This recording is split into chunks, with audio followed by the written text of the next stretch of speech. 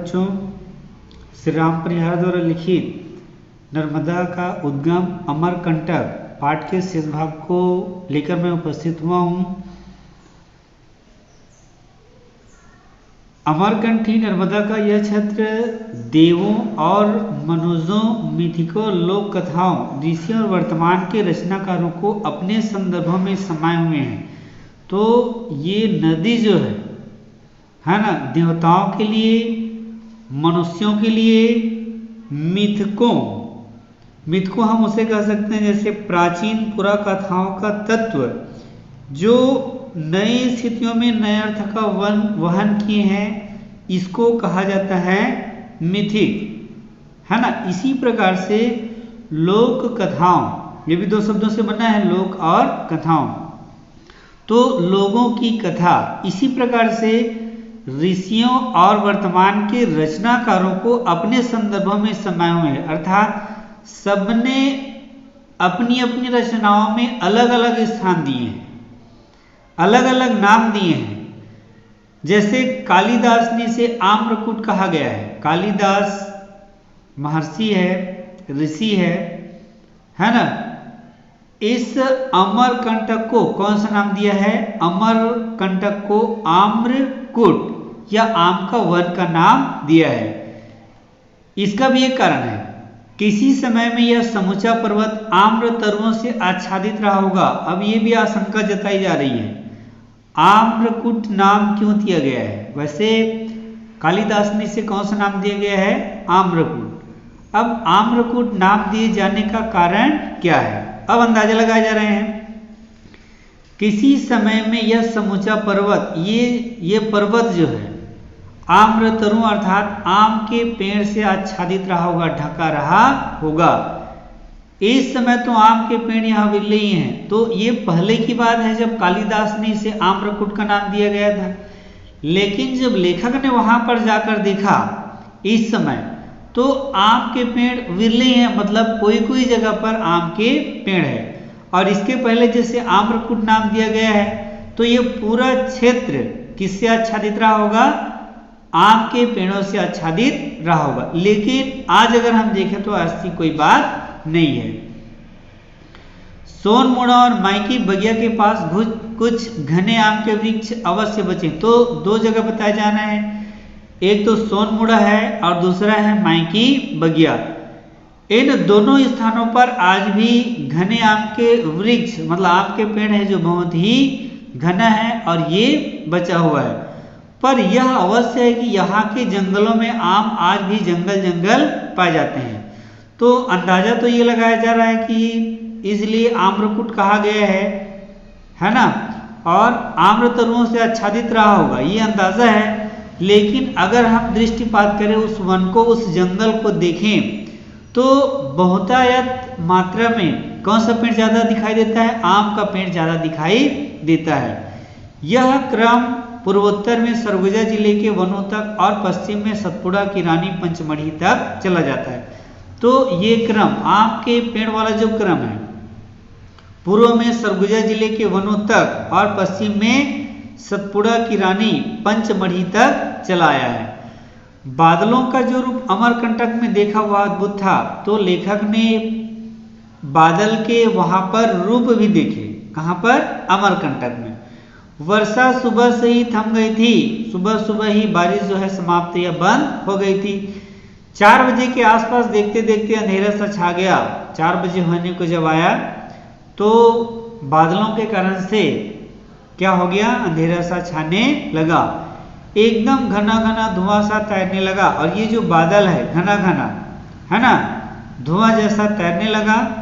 नरम और आर्द्र पहले बादलों की चादर ने समूचे वन, पर्वत और सबको ढक लिया। तो नरम था और गीला, है ना। रूप हले बादलों की चादर ने पूरे वन, प्रांत, पर्वत और मकानों को भी ढक लिया। बादल हमारे पास आ गए, है ना। तो बादल जो है छाते छाते किसके पास आ गए? जहां पर लेखक ठहरे थे वहां पर आ गए। बिस्तर में, कमरे में, सब जगह फैल गए। तो जहां देखो बादल ही बादल नजर आ रहे हैं। बिस्तर में भी बादल है, कमरे में भी बादल है, जिधर देखो उधर बादल ही बादल नजर आ रहे हैं। एक स्पर्शित अनुभव संपन्न किंतु पकड़ में ना आने वाली अनुभूति का तैरता संसार हमारे आसपास है। तो बादल तो कोई पकड़ने की चीज है ही नहीं, है ना।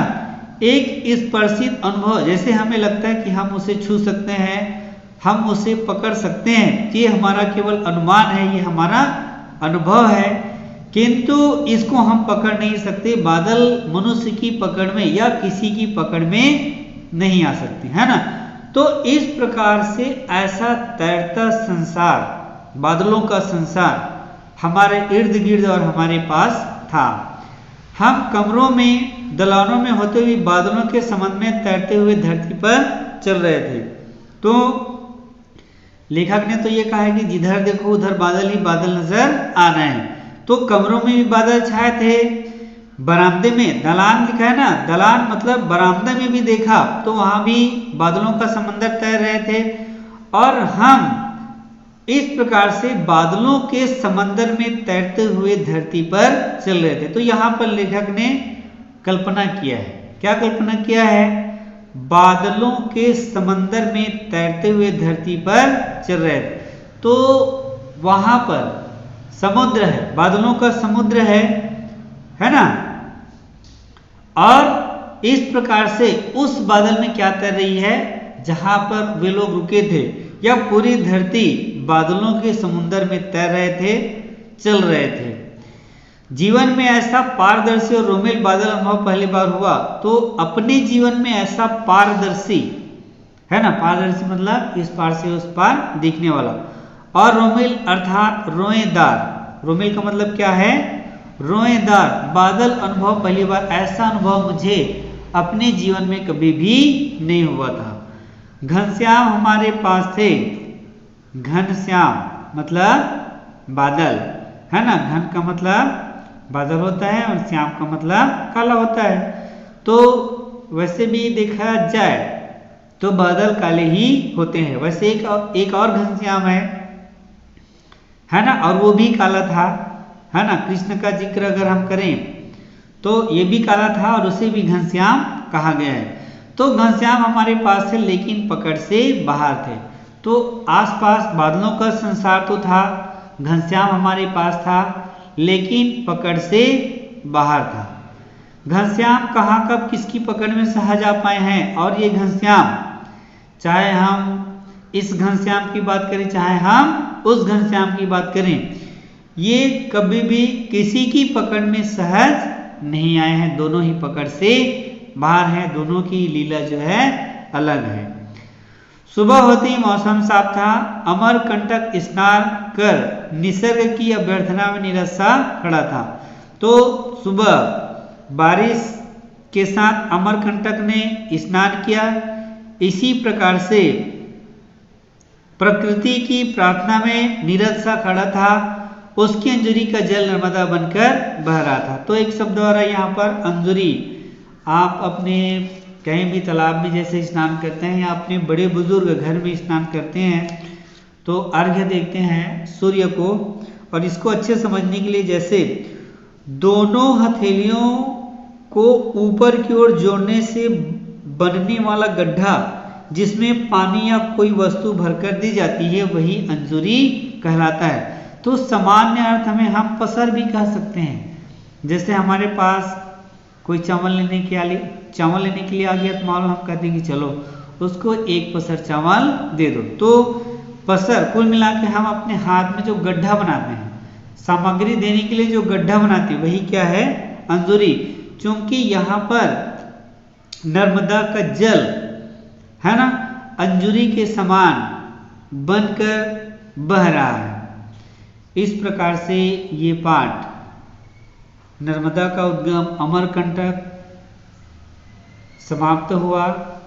अभ्यास के प्रश्न है ना। इस महीने में ही इस पाठ का प्रश्न उत्तर आप लोग बना लेंगे।